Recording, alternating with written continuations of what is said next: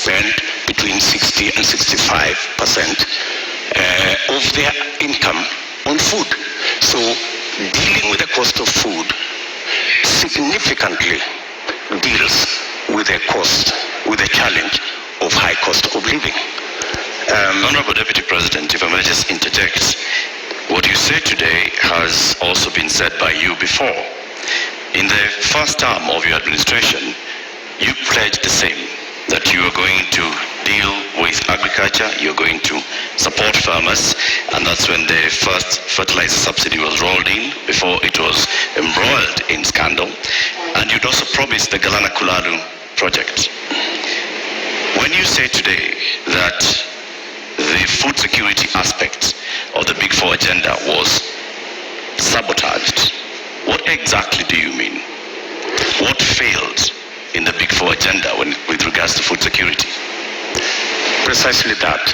It was sabotaged. By who and how? Because you know as well as I do that we never got to implement that plan. Immediately we changed course and the whole Big Four plan was shelved. And we went on a tangent because of the handshake equation. We went to handshake, to BBI, and the rest is history. We didn't get the time to do what we had promised the people of Kenya to do. In fact, immediately thereafter, I tried, like has been tradition for me, to support my boss. And many times, I tried to push the Big Four plan to the extent that my boss, the president, asked me that he wanted to do things differently. And he requested that he wanted to assemble a different group of people to help him deliver on what he wanted to be the legacy of the fourth president. And unfortunately, the Big Four suffered a big blow because the whole of that program did not take place. Galana Kulalu project, Honorable Deputy President, was launched during the first term. What happened? What went wrong? Why did it fail? The Galana Kulalu project was conceived. In fact, what happened is the first 10,000, the pilot on the first 10,000 program took place. In fact, the first harvest of maize in that program came into being. And the recommendations from the trial on that project was we needed to build a dam because the water from the river was not sufficient to do the Galana Kulalu project.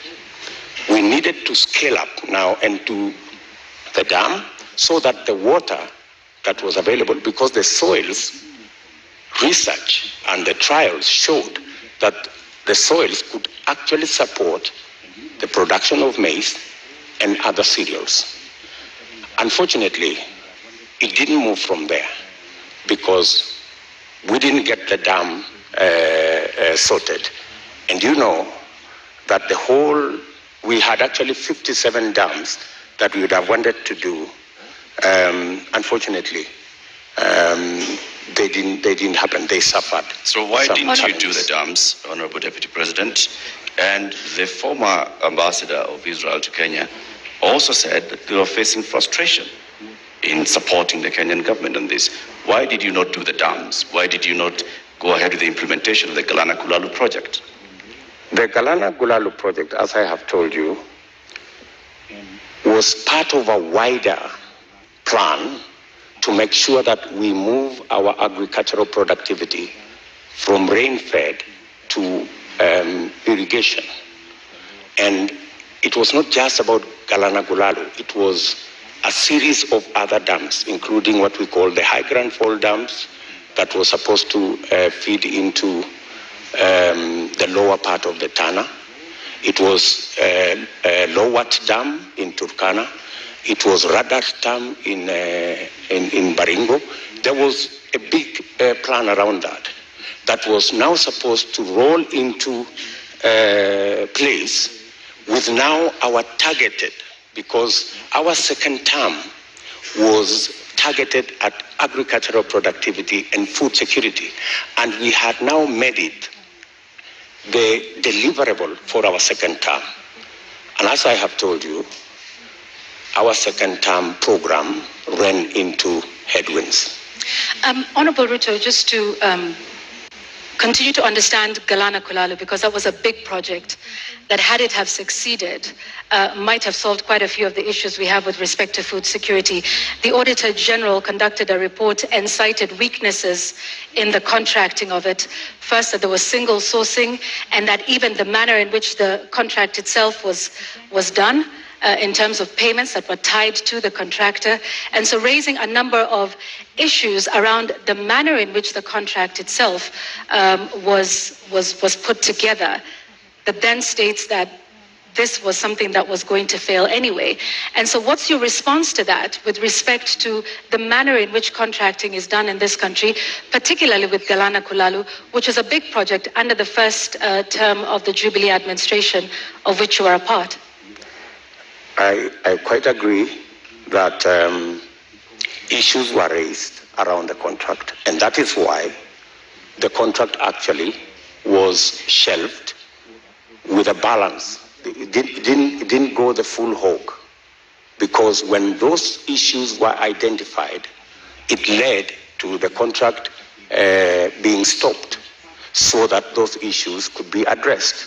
But by the time it was getting there, already the trials had been done, the pivots had been set up, the first crop had been harvested, and we already had the template on what actually needed to be done, because the contract, the initial contract, was for the first 10,000 acres.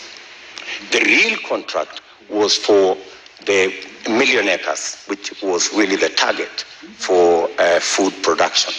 But as I have told you, that is not the only project we were looking at for food production. And let me also say that even without the implementation of the Galana Kulalu, supporting the farmers as they are today would still guarantee us a situation where we would not be in the situation we are in. Today, for the first time in Kenya, the price of unga has gone to 230 in some cases. It's never been that bad. I must say, as a former Minister for Agriculture, serving under President Kibaki, I am the minister who assembled the infrastructure that provide subsidy on fertilizer. And we saw an increase of 5 million bags of maize when we rolled that plan. When the subsidy, fertilizer subsidy was cancelled 2 years ago, that is why we are where we are. We are not here because Galana failed. We are here because we didn't do what we needed to do with our farmers the way they are today. What Galana Kulalu was supposed to give us. There's a simple way to protect your privacy online and get full access to worldwide content. That's with a VPN. Here's how it works. VPN stands for Virtual Private Network. ExpressVPN is a VPN provider with servers in, for example, but we are not. And the reason why we are not is because our agricultural sector is undercapitalized. We have removed the support that farmers always had. And that is why, for the first time, because of the things we didn't do, because of the removal of the fertilizer subsidy, for the first time, the price of unga has gone to 230. Honorable Deputy President, you say that a lot was done in the first term, and that is why we got to a point where in 2017 we still had rise in food prices. In 2017, it was specifically because of drought. And for your information, the prices of flour, maize flour, went to 140. It didn't go to 230.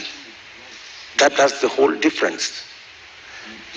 However, then, Even Ruto, in the situation of drought in 2017, what the debate then was, 2 kilogram packet of maize was retailing at 140. Today, it is retailing at 230 because compounded with the drought, we just did not produce as we should have produced because we didn't support the farmers the way we have always supported the farmers. Honorable Ruto, I'd like to speak about another issue that is a contributing factor to the cost of living, and that is the high cost of fuel in the country. What do you propose to do with that? Because there's also a current subsidy in place for that. What do you think is the solution to the rising cost of fuel, which, as you know, drives the cost of a number of other products? I think the first thing that we need to do is to look at the taxes, because 50% almost of the cost of fuel in Kenya is taxes. I think it's time, as a country, we looked at, I think there are 15 different taxes on fuel. And I think it's time we relooked at how else do we raise revenue. Which taxes would you be proposing to remove from fuel, the cost of fuel? I think majority of the taxes that are in that bracket, I think there are almost 15 different taxes that are there. I do not have the specifics, but those 15, I think we need to interrogate these 15 different taxes. Which ones can we put aside so that, like other countries, we can limit the taxation on fuel? Take, for example, let me VAT. ask. Yeah. Let me. Yes. Okay. Take, Carry for on. example, VAT. Correct. I think we need to rethink taxation, VAT taxation on fuel. That was the latest inclusion of taxes on fuel. And I think it was very controversial. Yeah, Honorable Ruto, VAT on petroleum products was indeed controversial. Let me take you back to 2013 when VAT was imposed on this as a condition by IMF. At the time, then Majority Leader Aden Duale said, and I quote, "The 181 members have been convinced by our party leader and our deputy party leader on the rationale of 8% VAT on petroleum products." He went on to say, 181 is a very big number, and we will convince our members from the NASA side. So you, at this point in the year 2015, I believe, when this was passed, were pushing for 8% to be added on VAT. Today, you are saying you want to abolish VAT on petroleum products. Why should Kenyans believe you today? Why wouldn't they? I mean, we live in a dynamic country, and it's only fools who don't change their mind. If you are in a situation where the price of fuel has gone to 160, I mean, it's time to think. I mean, when this VAT was imposed, then the price of fuel was under 100. Honorable Ruto, when the VAT was imposed, it was at the time a condition by IMF when we were seeking a precautionary facility. Today we find ourselves in the exact same position with a third tranche of an IMF facility, and once again they are calling for the same issue that we are facing with VAT then is the same one we are facing now. And at the point, IMF has in fact said that we do not need to be removing taxes on petroleum products. So with an IMF facility already in place, are you then saying you are going to go back to the IMF and renegotiate the terms of that loan that is already in place regarding IMF VAT on fuel products? What's wrong with negotiating with IMF? I think any reasonable government, looking at the situation where we are, looking at the cost of living, and how many Kenyans are every day sinking below the poverty line, I think it takes a courageous government to sit down with our development partners, and they are fairly reasonable people, and have a discussion. And I think they are, if not 8%, we need to renegotiate on some of the items that are outstanding. And apart from looking at that, there are other instruments that we can deploy. For example, we have the fuel subsidy fund. We need to think about how that fund is being used, how we are deploying it. Are we deploying it correctly? Is it giving us value? And what changes can be made? We need an open and frank conversation with our development partners who support us. And to the best of my knowledge, they are not unreasonable. They are reasonable people, and they can entertain a conversation on negotiating some of the terms that have been offered to us. Honorable Ruto, I think that will take us into our second conversation tonight, and that is on the issue of national debt. And I'd like to pick up just where you left off. You say our partners, are open to renegotiation.